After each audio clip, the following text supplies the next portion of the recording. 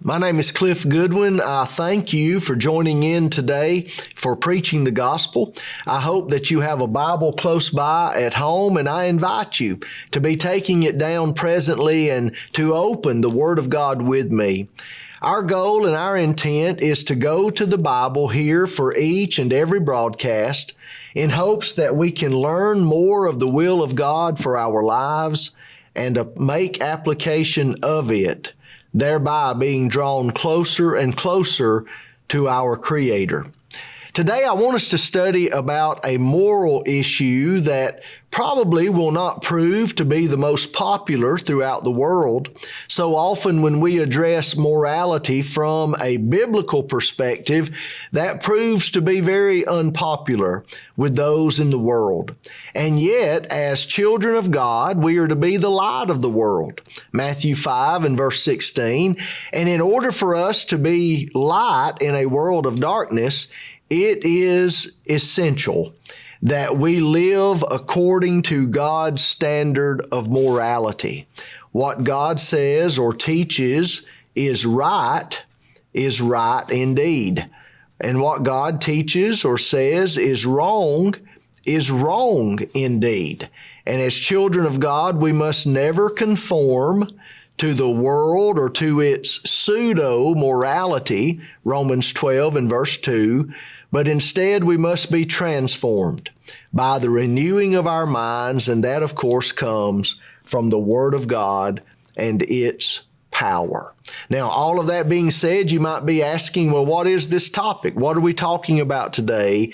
Let's address the sin of gambling.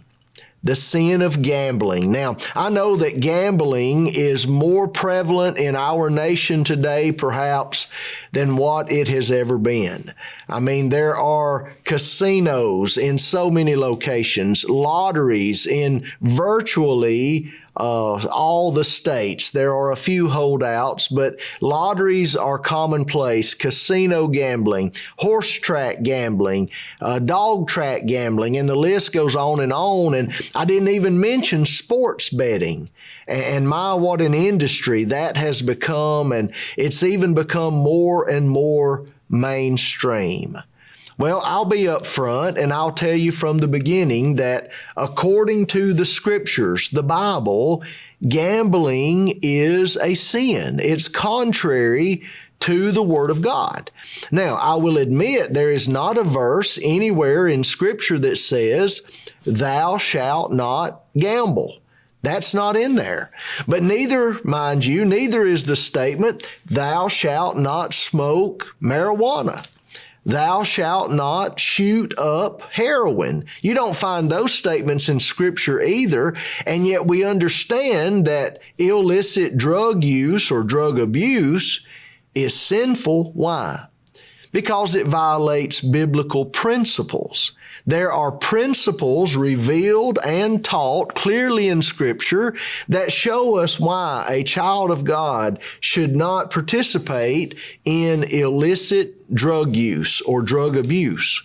And by the same token, there are biblical principles that help us to understand why gambling is contrary to the will of God, and therefore it must be shunned, it must be avoided by those who would live faithfully the Christian life. So what we're going to do today in structuring this study is I want us to basically divide our lesson into two major portions. Portion or segment number one, I want us to consider some attitudes that are behind gambling. What causes a man or a woman to gamble in the first place? And when we identify some of these attitudes that are commonly behind the practice, well, then we will be more readily able to see why gambling itself is sinful. And then secondly, in the second portion, the final portion of our study, we'll talk about some results that happen with gambling. Each time a person gambles, at least one of two things will happen, and we need to be aware of that. And when we realize those results, we can also realize again why gambling is contrary to biblical teaching.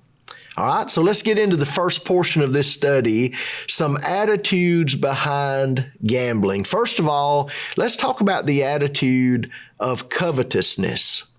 Covetousness. Now, another word would be the word greed. And we need to understand that the Bible has always, in testaments both old and new, the Bible has always condemned covetousness, inordinate greed, wanting more and more and more, even to the point of wanting what belongs rightfully to someone else. Now, that's at the very heart of gambling. When an individual places a bet or makes a wager, if you will, what he or she is doing is they're wanting an opportunity to take from another person the money that rightfully belongs to him or her. They're wanting to take that individual's money and to make it their own. And that without laboring, without working for it or earning it in any way, that simply by means of a game of chance, by placing something at stake, jeopardizing it, and thereby hopefully taking their neighbor's possessions or their neighbor's money for themselves. Covetousness, the attitude of greed, is sinful. Notice with me what we find in Romans 7 and verse 7. What shall we say then? Is the law sin? God forbid. Nay, I had not known sin but by the law, for I had not known lust except the law had said, Thou shalt not covet. Coveting is lusting or desiring after the possessions of another. And even under the old law of Moses, God's word had pointed out and had emphasized the sinfulness of that attitude of desiring and lusting after that which belonged to another person. And there Paul in Romans 7:7, he referenced the law. We can go back to Exodus 20 and verse 17, and we can read that for ourselves, straight out of the Ten Commandments. Exodus 20:17, Thou shalt not covet thy neighbor's house, thou shalt not covet thy neighbor's wife, nor his manservant, nor his maidservant, nor his ox, nor his ass, nor anything that is thy neighbor's. Thou shalt not covet. And so in testaments both old and new, once more, we know that the attitude of covetousness, greed, wanting what belongs rightfully to another, that is a sinful attitude. In fact, it is even called idolatry. Notice with me in Colossians 3 and verse 5 what we see. Mortify therefore your members which are upon the earth, fornication, uncleanness, inordinate affection, evil concupiscence or evil desires, and covetousness, this greed we're talking about. And then Paul added, which is idolatry. Covetousness is idolatry. Now, when you think about that with me, in what way could the apostle tell us that covetousness is idolatry? And the answer is, simply put, in that attitude, in that mindset, someone is putting those possessions ahead of God. Perhaps they're looking to possessions and riches as the source of their security. They're placing their trust in such things. Well, our trust is to be placed in God, not in gold. And so in that way, covetousness can be described as a form of idolatry. Now, you and I know, dear friends and viewers, we understand that idolatry is wrong. We understand that covetousness and greed, they are wrong. That's sinful. So that's an attitude behind gambling. And in that way, the practice of gambling can be seen to be wrong as well. Now, secondly, let's consider another attitude that is often aback gambling. And this one is very closely related to covetousness. But whereas covetousness, we might think of it as desiring to take what belongs to another and make it our own, even further behind that, materialism is a philosophy of life. It's an attitude of life in which a person emphasizes the material over the spiritual. It's as if the material is what really sustains life or what really keeps us going, not the spiritual. And of course, the Bible warns us against that materialistic attitude. In Luke 12 and verse 15, Jesus said, "Take heed and beware of covetousness, for a man's life consisteth not in the abundance of the things which he possesseth." You take a typical gambler, does he not subscribe to that idea? That a man's life actually consists in the abundance of the things which he possesses? In other words, he's looking to material things, material wealth as his security, as his life-sustaining source. And yet the Christian should know better. All of us as Christians should know and realize that it is God who sustains us. It is not merely our wealth or our possessions, our money. No. Those are all blessings from God that God can use to sustain us. But the ultimate power behind our life and our sustenance is God, not gold, once again. And so materialism is false. And yet the gambler, the one who is so preoccupied with money that he wishes to take that belonging to others, he has a materialistic mindset, not a spiritual mindset. Consider also with me 1 Timothy 6, beginning at verse 6. Paul would write and counsel the younger Timothy, saying, "But godliness with contentment is great gain. For we brought nothing into this world, and it is certain we can carry nothing out. And having food and raiment, let us be therewith content.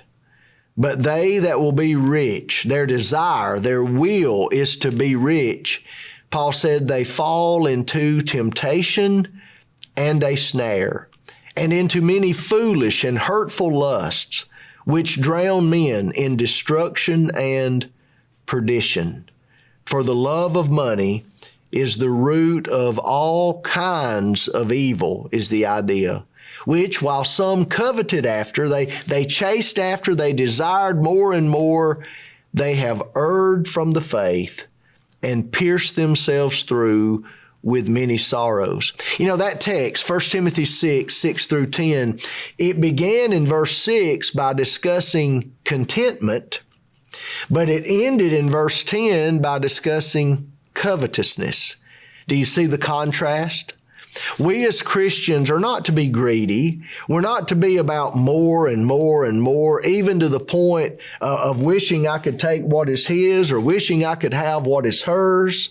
We're not to be that way. God tells us, be content with what you have.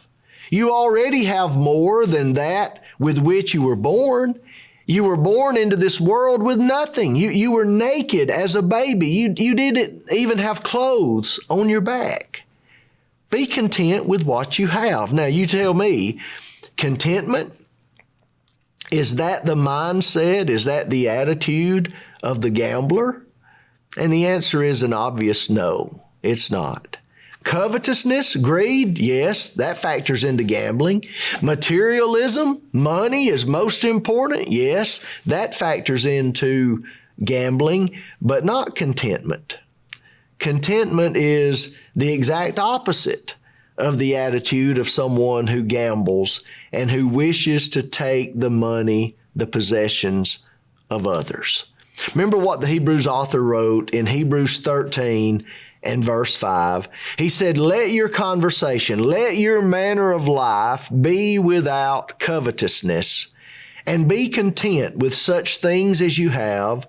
For he hath said, I will never leave thee nor forsake thee. Isn't it interesting that here is yet another passage in which contentment is contrasted with covetousness?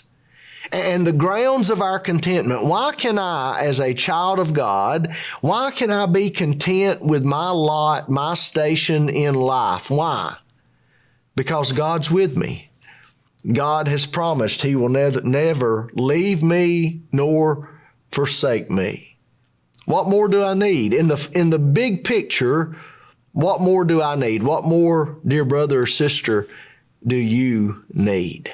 Now, there's one more attitude that I want us to talk about that sometimes is behind the practice of gambling. And this is the attitude of desperation. Desperation. Now, sadly, many people gamble, and this especially applies to those who use the lottery and who gamble by means of the lottery. And yes, if you're wondering, the lottery is a form of gambling. Children of God should not play the lottery, simply put. But often the reason why many people do play the lottery is because of desperation. Perhaps they've fallen upon hard times financially. Perhaps they have a mountain of debt, a mountain of bills they would wish to pay. And out of desperation, they're willing to give their last dollar. You know, many lottery tickets could be bought for $1, or maybe their last $2 or $3. They're willing to jeopardize, essentially throw away their last few dollars in hope, just a false hope of hitting it big, winning it big, and all of their financial problems going away. Desperation is truly an attitude that lies behind so many people's gambling. And what's unfortunate, yea, tragic about this is that it forms a spiral, a cycle in which, you know, I was already desperate. Now I've lost what little I've had. I'm even more desperate. As soon as I can get my hand on some more money, I'm going to gamble because I need to make all this back. And you can see the cycle. You can see how devastating it becomes. That attitude of desperation, it reminded me of a text we find in Proverbs 30. Notice Proverbs 30 beginning at verse 8. The wise man said, remove far from me vanity and lies. Give me neither poverty nor riches. How wise for someone to say, you know what, I hope I'm neither poor, I hope I'm neither rich. Give me neither poverty nor riches. Simply feed me with the food convenient, the food necessary for me. Lest, verse 9, lest I be full and deny thee and say, who is the Lord? Or lest I be poor and steal and take the name of my God in vain. That concluding statement, lest I be poor and steal and take the name of my God in vain, that reminded me of desperation. And you know, those poor souls who are desperate, those poor souls who are lacking and are in need, they do not need to gamble. Gambling is not their solution. They need to find the Lord. They need to make their lives right with God spiritually and find themselves among God's people, God's family. And you know what? Obeying the gospel, that doesn't solve your financial problems. I'm not meaning to say that.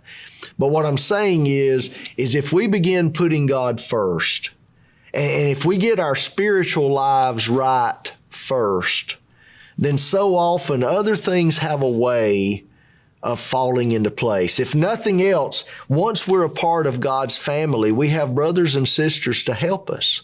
We have assistance. We learn the true meaning of compassion and benevolence. And the gospel is always the answer, not gambling. The gospel over gambling every time. And so part number one now, we've talked about some attitudes, and no doubt there are probably other attitudes that lie aback the practice of gambling. But now let's move into the second portion of our study. And that is, I want us to notice two results of gambling that happen. One of these happens for the gambler every time he follows through with a wager. Every time he places a bet and follows through with that, one of two things is going to happen for him in his life. Let's consider the first of these now. Number one, either he's taken what was not his. He's taken what was not his. This, of course, would be in the case that he wins. He places that bet, he buys that lottery ticket, he makes this wager, whatever the scenario is, and he wins. Well, the result is he's now taken what was not his. For this reason, some through the years have called gambling thievery by consent or stealing by consent. And you know, dear viewers, that's really accurate. That's what gambling is. It's thievery by consent. I've taken what was yours. It's not really mine, but now it's mine. I've taken it from you, and you didn't give it to me. I didn't work for it, but now it's mine. You have consented to my stealing from you by means of this artificial scenario, this game or this matter of chance, whatever the gambling process involved. But you see the result. Now, think about what we find in Ephesians 4 and verse 28. Paul said, "Let him that stole steal no more, but rather let him labor." Get a job. Go to work, lack of a better term. Rather let him labor, working with his hands the thing which is good. You know, there's honor, there is nobility in working. Honest work. I don't care if you're digging a ditch. I don't care if you're serving burgers in a fast food restaurant. There's honor in working, in being willing to work. And Paul says, let him labor with his hands the thing which is good, that he may have to give to him that needeth. The Christian does not steal. He doesn't even steal by consent through gambling. The Christian has a biblical work ethic. He sees the value, the nobility, the dignity that's in honest work. Again, I don't care how menial the task or the job may seem to others, you're working. There's honor in that. And as a child of God, you're doing what God tells you to do. You're working something with your own hands that is good and noble so that you can give to help other people perhaps who are unable to work. Maybe they are disabled. Maybe they are handicapped in some way and they're unable to work. And here you are as a child of God, you're able to show compassion. You're able to work and to give benevolence. Friends, that's the way God wants it to be. God tells us to work, not to gamble for our proceeds and for our sustenance. 2 Thessalonians 3 and verse 10 reminds us of this. Paul said, "For even when we were with you, this we commanded you, that if any would not work, neither should he eat." Friends, that would cause, if that one principle right there were implemented throughout American society, what an upheaval that would cause in our day and time. If our own government recognized the principle, hey, if you're not willing to work and you're able, but you're not willing to work, you don't eat. What a drastic change that would cause, an upheaval, no doubt. And yet, you know what? That's God's way. That's God's principle.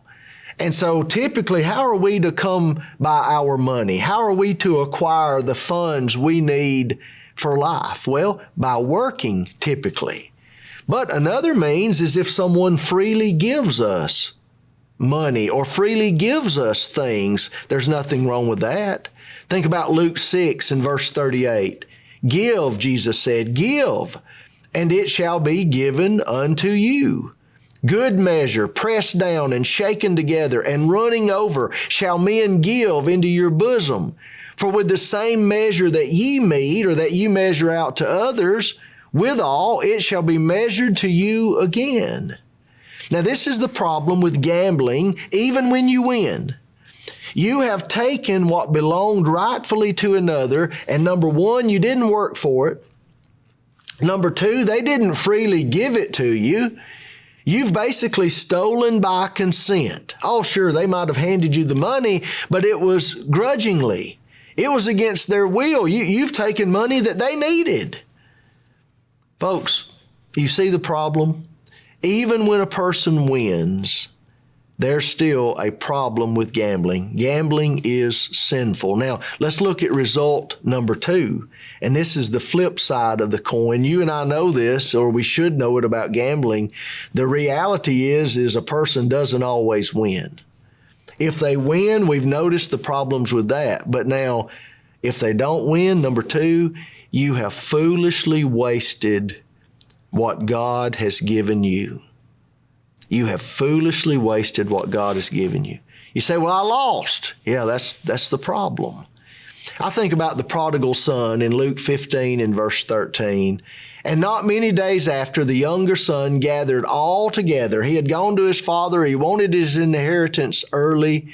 He gathered all together and took his journey into a far country, and there wasted his substance with riotous living. Now, don't confuse that word riotous as it appears in the King James Version, Luke 15, verse 13. Don't confuse that word with righteous, because that's not what it means. The word riotous might be translated reckless, foolish. There's even an idea of perhaps wastefulness or excess in this word. In other words, he had been given his inheritance from his father, and now he squandered it. The prodigal son, he went into a foreign land, and he squandered it with reckless, foolish living. You know, that's what gambling is. Sure, you might win sometimes, and yet we've noticed the problems with winning. But what about the other times when you lose? What kind of steward have you been with the blessings that God has entrusted to you? Not a good one. And in 1 Corinthians 4 and verse 2, Paul wrote this about stewards and about stewardship. He said, moreover, it is required in stewards that a man be found faithful. Dear friends and viewers, every good and every perfect thing we're given in this life, including our money, including our jobs and our resources and our health, every good and perfect gift is a gift from above, a gift from God, and you and I are stewards entrusted with those blessings. For that reason, gambling, again, is sinful. Thank you so much for being with me here today and for engaging in this study together. God bless.